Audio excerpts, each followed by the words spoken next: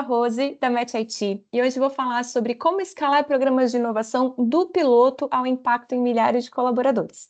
Mas não sei o que eu vou falar, na verdade eu vou ouvir e fazer perguntas, porque quem vem contar a história para a gente é o Michael Gianni. Falei direito?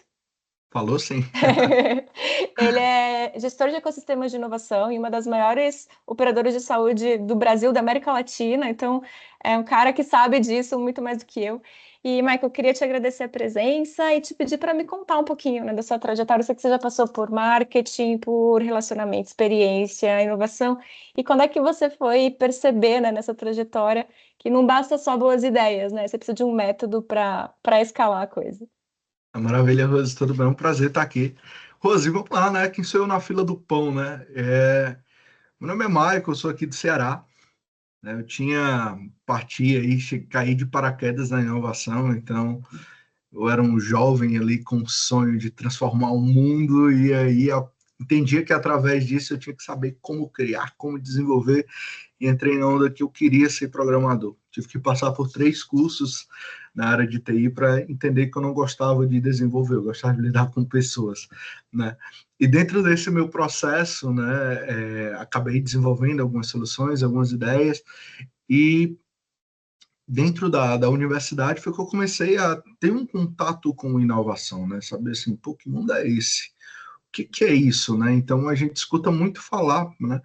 A gente sabe que é popular, todo mundo fala que precisa inovar, a gente tem que inovar, a empresa tem que partir na frente, tem que se diferenciar, mas ninguém fala do como, ninguém fala realmente da importância de como realmente vai fazer aquilo ou transformar aquilo em realidade, né? Então, dentro da universidade, tive a oportunidade, né, de co-criar ali o primeiro programa de mentoria ali, onde a gente pegava universitários ou mesmo empresas, startups, o que seja, que precisava de mentorias e trazia mentores de mercado através dos contatos que a gente tinha, né? A gente pôde tocar em alguns dos primeiros programas de pré-aceleração aqui do estado, e isso acabou me impulsionando, né? Me jogando nesse mundo da inovação, onde comecei a atuar ali com algo chamado, que hoje é muito comum, né? Algumas empresas têm, mas era atuar como community manager, né? Então tinha contato ali com marketing, tinha contato ali de como ter que se relacionar ali, como é que eu posiciono a empresa, como é que eu mostro que eu estou inovando. E na situação eu estava ali à frente de um programa de aceleração de negócios, né, o maior do estado do Ceará até hoje, chamado Corredores Digitais, onde dentro desse programa a gente pegava startups ali da ideia realmente, tinha algumas trilhas ali a gente pré-acelerava e acelerava também, né, até levar essa pessoa realmente para o mercado. E dentro disso, trabalhei ali um tempo na parte de comunicação, de posicionamento, de envolvimento principalmente, né, de como engajar esse pessoal, tanto agentes externos quanto agentes internos, né, de dentro da nossa jornada. E por um acaso, assim como eu fui parar na inovação, fui jogado também como para ser gestor de aceleração de negócios. Então, em um momento assim, sem planejamento, a gente teve um pessoa que pediu um desligamento, né, para atuar em outra empresa, e aí quem dominava ainda mais ali daquele negócio, né, conhecia ainda mais aqueles parceiros de como funcionava, e quem precisava ali estava lá, e então vai que é teu, vai que o filho é teu, né, assume aí.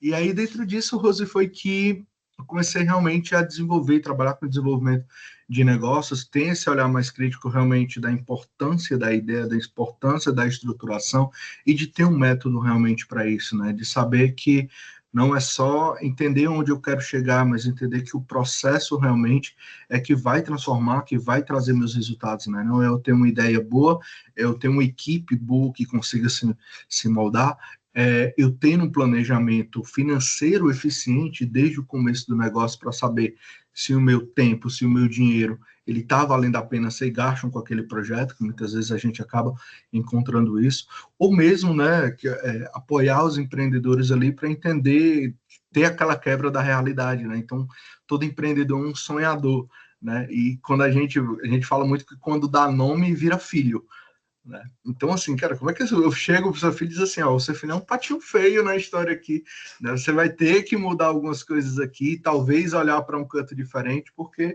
ele não vai te dar muitos frutos, não vai te dar muito orgulho do jeito que você está seguindo.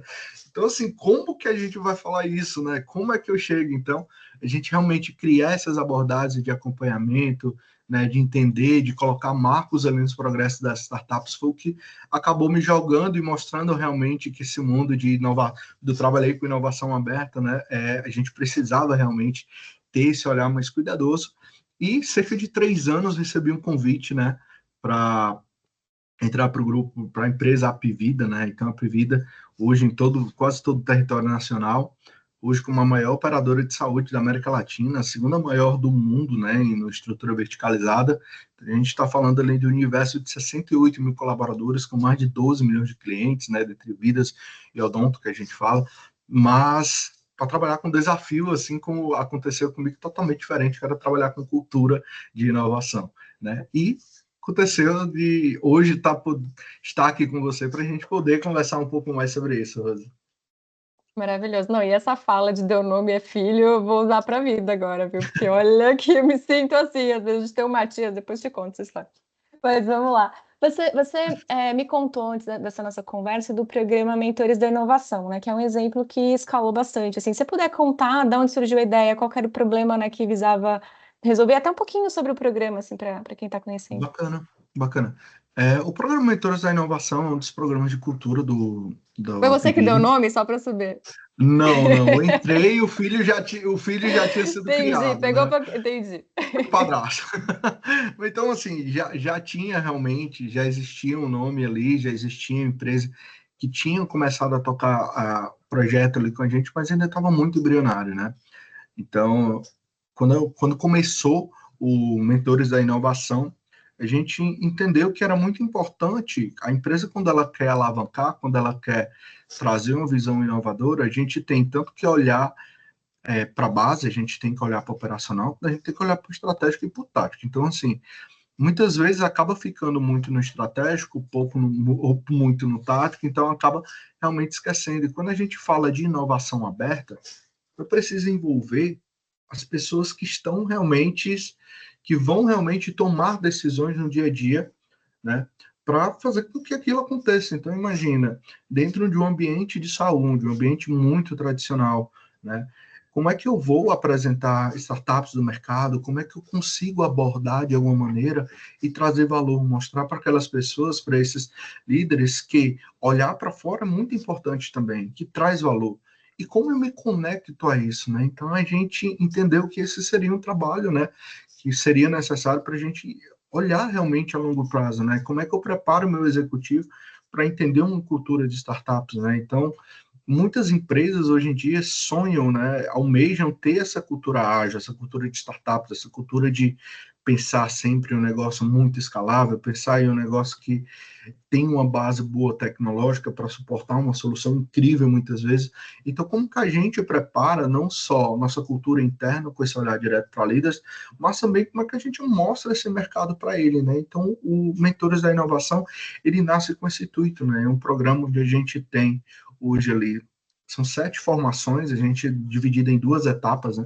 A gente faz, na primeira etapa, a gente faz um processo interno de até 500 executivos da empresa, e esses 500 executivos da empresa, durante a primeira etapa, eles passam por um processo de educação, vamos chamar assim, né? A gente chama esse módulo de Fundamentos de Mentoria de Negócios Inovadores, né? Então, temos 7 módulos onde ele aprende o papel do mentor, ele aprende startup, que bicho é esse, né? A gente fala sobre a validação, que é o terror do empreendedor, a gente fala sobre soluções inovadoras, a gente traz um olhar ali de pitch, né? Como é que eu crio? Como é que eu avalio? Né? Como eu apoio no desenvolvimento de um. A gente traz também um olhar de LGPD e privacidade, né? O cuidado que como empresa eu tenho que ter, ou como pessoa mesmo eu tenho que ter, de fornecer dados ou informações durante uma mentoria, e traz ali também uma abordagem hoje, né, de como mentorar o negócio. Então, a gente traz esse olhar realmente empático, né? Então, assim, como é que eu vou trazer uma abordagem para o filho alheio, né, para a startup alheia, né, que eu estou trabalhando com empreendedor, estou trabalhando com sonho, estou trabalhando com algo que as pessoas já vinham há muito tempo ali desenvolvendo, esse olhar de fora, muitas vezes, dependendo de como a gente aborda, pode ser algo muito, muito crítico. Então, assim, o cuidado que a gente tem que ter, né? E aí a gente pega ali boas bases, traz uma boa experiência do que a gente já vivenciou também para esses mentores, porque eles possam ali, durante a nossa segunda etapa, que é 100% prática, e realmente meter a cara e realmente mentorar a startup. Então, durante a segunda etapa, ela é 100% prática. Os executivos que se formaram nessa primeira etapa, eles vão ter acesso a um banco de startups, onde as startups podem solicitar mentorias, ou eles podem solicitar para mentorar as startups. Então, durante essa segunda etapa, eles vão realmente na prática. E o interessante é que a gente optou porque para que ele não tivesse sua formação pela quantidade, mas pela qualidade. Então, quem avalia se realmente aquela mentoria foi válida ou não é o empreendedor, é a startup que está à frente ali, que tem essa troca com o mentor no dia a dia dele ali, Rose. Caramba! E como é que você, tipo, uma turma de 500 executivos não é trivial, né? E como é que você consegue uma adesão, assim, genuína, tanto do público interno quanto do público externo? Que táticas aí de comunicação, de engajamento você aplicou nesse lugar? A gente tem que, e aí quando a gente fala de liderança, a gente tem que entender que eu tenho que entregar o valor sempre, né? A gente sempre fala de valor, valor, valor, mas eu tenho que entregar o valor realmente necessário para aquele grupo. Então, se eu trabalho com o público operacional, eu entrego valor X. Se eu trabalho com essas minhas lideranças, eu tenho que trazer outro valor. Então, mostrar para ele que aquilo ali vai ser aquilo ali realmente vai trazer um diferencial na carreira dele, uma oportunidade diferente, né? Vai ser algo realmente fora da curva, né? Tem uma mentora nossa que ela cita sempre, que ela vai falar alguma coisa, que ela vai fazer algum elogio, alguma coisa que ela diz assim: quantas vezes, o que você fez diferente hoje na sua vida, né? Então, assim, a gente traz muita essa essência para o mentor, né? Então, de colocar principalmente esses líderes no centro. Então, enquanto eu, Michael, estou ali desenvolvendo, estou mostrando, estou trabalhando, é uma visão diferente. Eu estou vendendo o meu produto, eu estou vendendo o meu programa. Agora, no momento que eu trago um mentor, que eu trago uma pessoa, coloco ali no centro, e ela consegue apoiar, consegue desenvolver, consegue formar outros, isso também é espetáculo. Então, a gente busca trazer esses executivos para o centro para desenvolver outros. Busca também, dentro desse valor, trazer pessoas que eles entendam, tragam respeito. Então, por exemplo, a gente já teve aqui Ambev, a gente já teve Johnson Johnson, a gente já teve executivos da Faber-Castell, recentemente a gente teve a CEO da a CFO da Boca Rosa aqui com a gente, onde ela pôde ali durante esse primeiro momento ainda de treinamento mentorar uma startup.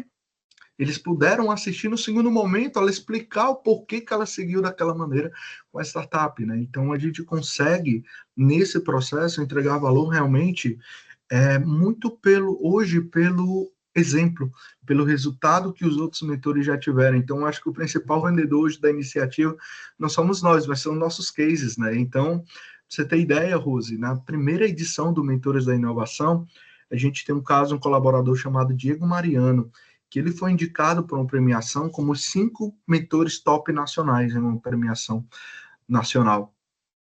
E essa premiação era aqui do Ceará, e é muito fácil entender, né? Quem conhece a história do Apvida, olhar e falar assim, pô, o Apvida nasceu no Ceará, né? Então é muito mais fácil conseguir, mas era um colaborador do Paraná. Então, assim, que foi indicado realmente pela competência, pelo desenvolvimento dele.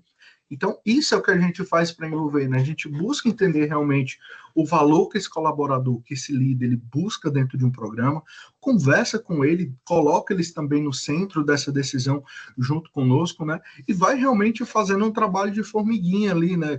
Cutucando um a um, puxando um a um ali no dia a dia dele, para ele realmente entender que aquilo ali vai trazer um resultado maravilhoso para ele e projetar de alguma maneira na carreira, né? E é difícil, assim, né?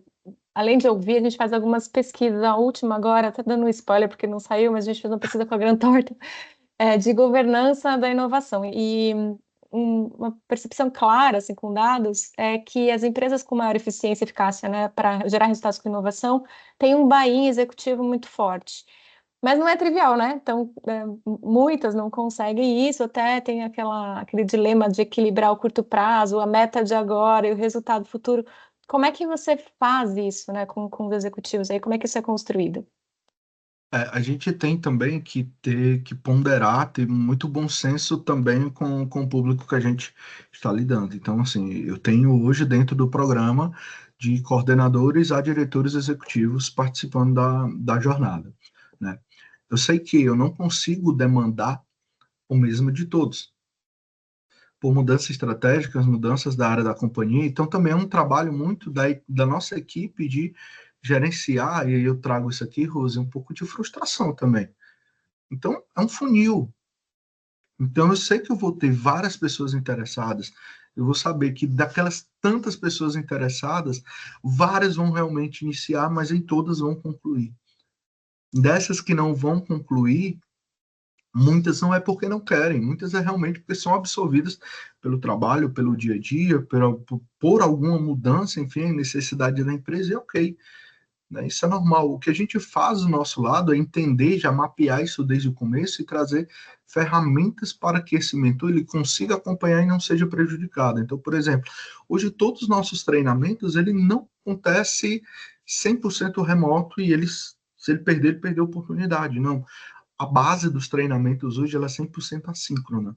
Então, a qualquer hora, o mentor vai poder acessar a plataforma e ter acesso às informações dele. Então, a gente tem um tempo ali para que ele possa fazer, possa se adaptar no tempo dele. Esses encontros que a gente também coloca como obrigatórios, que ele precise participar, eu perdi a oportunidade de estar ali com a CFO da Boca Rosa, falando ali, mentorando startup. Pô, não pude por causa de uma agenda que eu tive.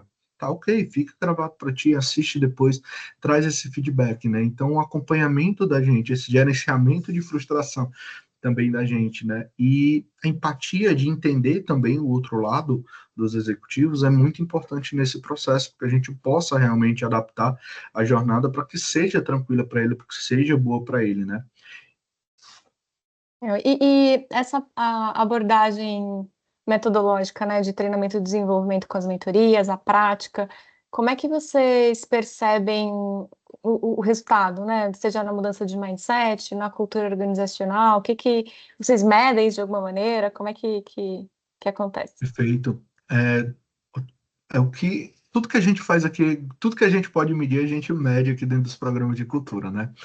Então, a gente busca ali, desde o começo, né, entender, por exemplo, se a Rose, que entrou agora no nosso programa, qual a percepção dela, do conhecimento dela com startup, conhecimento dela sobre o mercado de inovação, qual a percepção dela sobre diversos assuntos que vão sendo abordados. E a gente gosta muito de fazer uma comparação passo a passo, né? Então, eu pego ali o recorte de como aquele meu mentor, antes dele entrar, durante o processo seletivo dele, a gente pega o recorte depois da primeira etapa para entender o quantos treinamentos estavam sendo eficientes e a gente pega também o recorte ali da etapa final, né? Depois dessa parte de mentoria, de mentorias que eles vão realizar, como foi a evolução deles, né? Então a gente busca sempre fazer esse acompanhamento mais próximo para entender o progresso desse nosso participante, né? E uma coisa bacana, Rosa, é que ao final de todo o programa que a gente toca, a gente faz questão de convidar todos que finalizaram a jornada, traz junto realmente, vamos fazer um replanejamento de como vai ser a próxima etapa. Então, um dos maiores orgulhos da gente é que não existe etapa igual, não existe jornada igual. A jornada de 2025 está muito melhor que a jornada de 2024, porque a gente melhorou com o feedback deles, não foi um achismo meu, não foi um vou colocar do jeito que eu quero, ou acho que é melhor dessa maneira, não, a gente traz os feedbacks deles, tem um escutativo e realmente transforma, né? E o resultado é tão bacana, né? É tão notável essa questão da, de como eles enxergam o valor nisso, que durante essa etapa de 2025, um quarto das inscrições veio através de indicação dos nossos mentores. Então a gente abriu ali para quem tinha se formado na primeira etapa, para padrinhar pessoas, e esses padrinhos, né, trouxeram ali mais de 100 inscritos ali só na primeira etapa, né?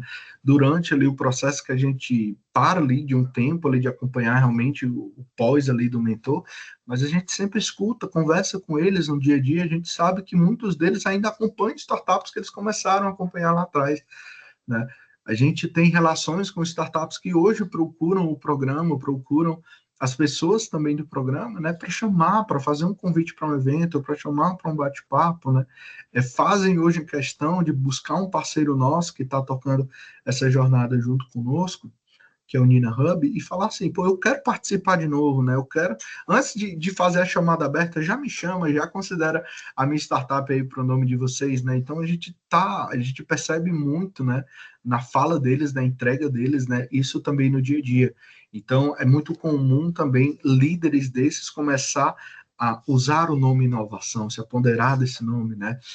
Também começar a fazer ações de disseminação e buscar mais a gente, demandar aquela dor de cabeça boa, né? Demandar mais da área de inovação sobre como eles podem, por exemplo, levar a inovação para o grupo deles, né? Então, como é que eu posso, pô, vamos promover, vamos fazer um workshop, vamos fazer um treinamento, minha equipe está aqui, está todo mundo animado, né? Então, a gente meio que naturalmente transformou essas pessoas em promotores da área de inovação. Legal. Você quase tem um programa de Member Get Member já aí, né? E falando em Member Get Member, você não tem nenhuma prática de gamificação nesse processo, né? Foi uma escolha, teve um pensamento sobre isso, não precisou, como é que aconteceu? Eu acho que gamificação, quando a gente fala de qualquer jornada, a gente sempre vai tocar nesse assunto, né? Vamos gamificar para incentivar as pessoas, vamos gamificar porque melhora. Só que no final do dia a gente tocou nossa primeira edição, a gente entendeu que as melhorias que a gente poderia fazer, questionou as pessoas na segunda edição sobre o como a gente poderia melhorar e não teve nenhum apontamento para eles assim, pô, eu quero gamificar isso, eu preciso de um ranqueamento melhor, né? A gente tem algumas boas práticas, né? Não chamo de gamificação porque às vezes as pessoas colocam um quiz, chama de gamificação. A pessoa coloca um ranking, acha que é gamificação e ponto final, né? Vai muito além disso, realmente. Mas o que a gente pode colocar ali como prática para incentivar eles, né? São coisas simples que a gente entendeu que práticas simples que entregam muito valor, que fazem eles realmente quererem ir mais longe. Então, eu acho que algo mais próximo que a gente tem é o reconhecimento que a gente faz constante desses nossos mentores através de outra iniciativa da gente, que é a Inova News. E durante ali a segunda etapa a gente faz questão de fazer um ranqueamento ali de como tá, né, a pontuação deles e tudo mais, mas não é algo que tira todo mundo da sua rotina, faz todo mundo querer correr. A gente sabe que tem dois, três ali que querem competir, mas a maioria deles se sente instigado realmente pelo senso de pertencimento, por fazer parte daquilo. Então, é mais que uma escolha, sabe? Às vezes de demandar um esforço muito grande em algo que não vai te trazer retorno, sabe? Então, o que a gente fala muito para os negócios, a gente tem que olhar também para os nossos, né? Tem que focar, né? Exatamente. E, Michael, já tem repercussão do programa em outras empresas do grupo, assim, o que que faz o modelo ser replicável? Perfeito. Hoje o Mentores da Inovação, ele ele tem um modelo, né? Hoje a gente criou ali um primeiro modelo com parceiro inicialmente. Depois a gente entendeu que a gente poderia internalizar isso, né? Desenvolver de uma melhor maneira e ter um parceiro ali de apoio para tocar a jornada com a gente, né? Então a gente, acaba que pela escala que a gente quer ter, olhando o potencial ali, pô, eu tenho 500 hoje, imagina que eu tenho uma demanda depois para atender todas as pessoas do grupo, né? Eu tenho que criar ali alguns artifícios para que eu possa realmente gerir melhor meu dia a dia, né? Então a gente entendeu que a tecnologia vai ser sempre a nossa aliada, né? Então a gente, em vez de fazer um trabalho manual, como a gente batia a cabeça ali no começo, verificar dados a dados, a gente optou pelo desenvolvimento de uma plataforma interna nossa, né? Ainda assim, a gente, dentro do ambiente ali da Microsoft, a gente usa o Power Apps, então eles têm um acompanhamento em tempo real ali de como está, né, como é que está o desempenho deles ali, né? Quais treinamentos eles já fizeram, quais treinamentos eles têm pendente, então ajuda eles ali a ter uma visualização mais fácil. E o modelo que a gente criou, a gente permite que eu consiga escalar isso a qualquer momento, caso eu queira implementar isso para os médicos, caso eu queira implementar isso para uma área, sei lá, operacional, vamos dizer, né? Tem alguma área estratégica, porque o modelo ele traz uma base ali muito boa que para quem é líder, né, tem um diferencial sim, porque já normalmente quem está à frente ali da liderança, lidera alguma área, já errou muitas vezes, já errou de maneira diferente, já quebrou a cara muitas vezes, já aprendeu muita coisa, né? Mas quando a gente fala ali do operacional também, tenho plena certeza que a gente consegue trazer também um grande valor para aquilo, caso seja necessário, né? Então, o modelo que a gente desenvolveu ali dentro de focar primeiro nesse desenvolvimento de treinamento, de trazer um valor através de parceiros, que não é algo exaustivo, né? Então, em uma jornada de formação de até 500 executivos, eu ter uma necessidade de 3 parcerias ao longo dessa primeira etapa, né? E mais 3 ao longo da segunda, né? Para uma empresa do nosso porte, para trazer profissionais de grandes empresas para mentorar esse negócio, não é algo fora da curva, não é algo fora da nossa realidade, é algo relativamente simples. Então, é muito simples hoje a gente conseguir pegar essa plataforma da gente, só inserir pessoas de outras áreas, né, replicar esse processo da gente de abertura de inscrição, então acabou se tornando algo realmente mais natural, mais simples, né, só realmente encaixar ali com o time da empresa. É muito simples, só tem um método, tem uma tecnologia, tem muita experiência, né? Tem muito pensamento muito simples, assim. E Michael, você até falou, né, de compartilhar os erros, as aprendizagens, e aqui a gente está compartilhando um caso de sucesso de escala de inovação, mas na sua jornada aí como mentor, participando de aceleradoras e tal, você já deve ter visto um tanto de erro de coisas que não funcionam para escalar, né? Se você puder compartilhar algum tipo de lição para evitar, né, que pessoas aí depois de batizar seus filhos, tenham desafios de fazer com que eles escalem? O que você poderia trazer? Não, maravilha. Eu acredito, um problema hoje que a gente encontra, principalmente lidando ali com startups no dia a dia, é a seguinte: eu tenho que ter o produto perfeito, eu tenho que ter a minha entrega tem que ser perfeita. E muitas vezes a gente olha para o mercado e fala assim, pô, a pessoa entrega um produto medíocre e está muito mais à minha frente. Então, às vezes, o negócio ele deixa de se preocupar com o essencial dele, né? A gente até brinca lá, a gente olha lá no BMG, né, que é muito utilizado ali, quando a gente fala de modelo de negócio, a base dele é extremamente financeira, né? Então, a gente tem o custo, a gente tem geração de receita, então a base de todo o negócio é financeira, então a gente acaba esquecendo muitas vezes disso. Então, acaba esquecendo de olhar para a área comercial e olha para o produto. Esquece de atrair clientes e vai querer melhorar o pitch ali para investidores. Não, no final do dia a gente tem que olhar para onde o dinheiro está indo, né? Isso vai ajudar a ter um conhecimento e uma maturidade muito grande, Rose. E às vezes você entender que qual momento vale a pena escalar? Quando vale a pena escalar? Será que eu estou pronto? Será que se eu escalar eu consigo tocar a operação? Será que o meu negócio realmente ele está estruturado o suficiente? Ou será que o meu negócio vale a pena? No final do dia, financeiramente não vale. Às vezes a gente olha para o negócio, né? É meu filhinho, é meu querido, né? Mas alguns ajustes ali pode trazer um grande valor, né? Então, quando a gente tem um olhar mais crítico, a gente bota uma base financeira, a gente realmente começa a ter uma maturidade de negócio que muitas vezes a gente demora a ter. Então, até é muito comum a gente pegar algumas jornadas de aceleração, de pré-aceleração, que seja, que é algo, às vezes, normal a gente olhar a parte financeira no final da jornada, né? Eu acho que a gente tem que inverter um pouco isso, as startups têm que ter esse olhar diferente, né? O financeiro é a base de tudo, a gente tem que olhar isso desde o começo, onde está meu cliente, quanto meu cliente está disposto a vender e o que ele realmente quer. Então, estou entregando 10 vezes mais do que o meu cliente às vezes está disposto a pagar. Isso é bom, isso é ótimo. Mas ou tu está perdendo dinheiro, ou tu está deixando de ganhar o teu cliente cedo demais, enquanto o outro está ganhando lá do outro lado, né? Então, acho que essa é a base, né? Olhar também, ter esse olhar da tecnologia, de entender o quão mais simples você pode deixar no seu dia a dia, né? Então, às vezes hoje a gente olha soluções muito complexas no mercado para entregar um valor que muitas vezes não precisa, né? Esses dias eu me deparei com uma postagem no LinkedIn de uma moça falando: chega de app, eu só quero pagar minha conta de luz, né? Chega de app, desculpa, chega de app, eu só quero pagar meu estacionamento, né? Eu não preciso baixar um aplicativo para baixar estacionamento, me dá um totem, me dá um guichê. Então, assim, né? Como você faz isso, né? Então, entender bem teu cliente, olhar realmente para o teu mercado e realmente ter essa maturidade de um olhar financeiro.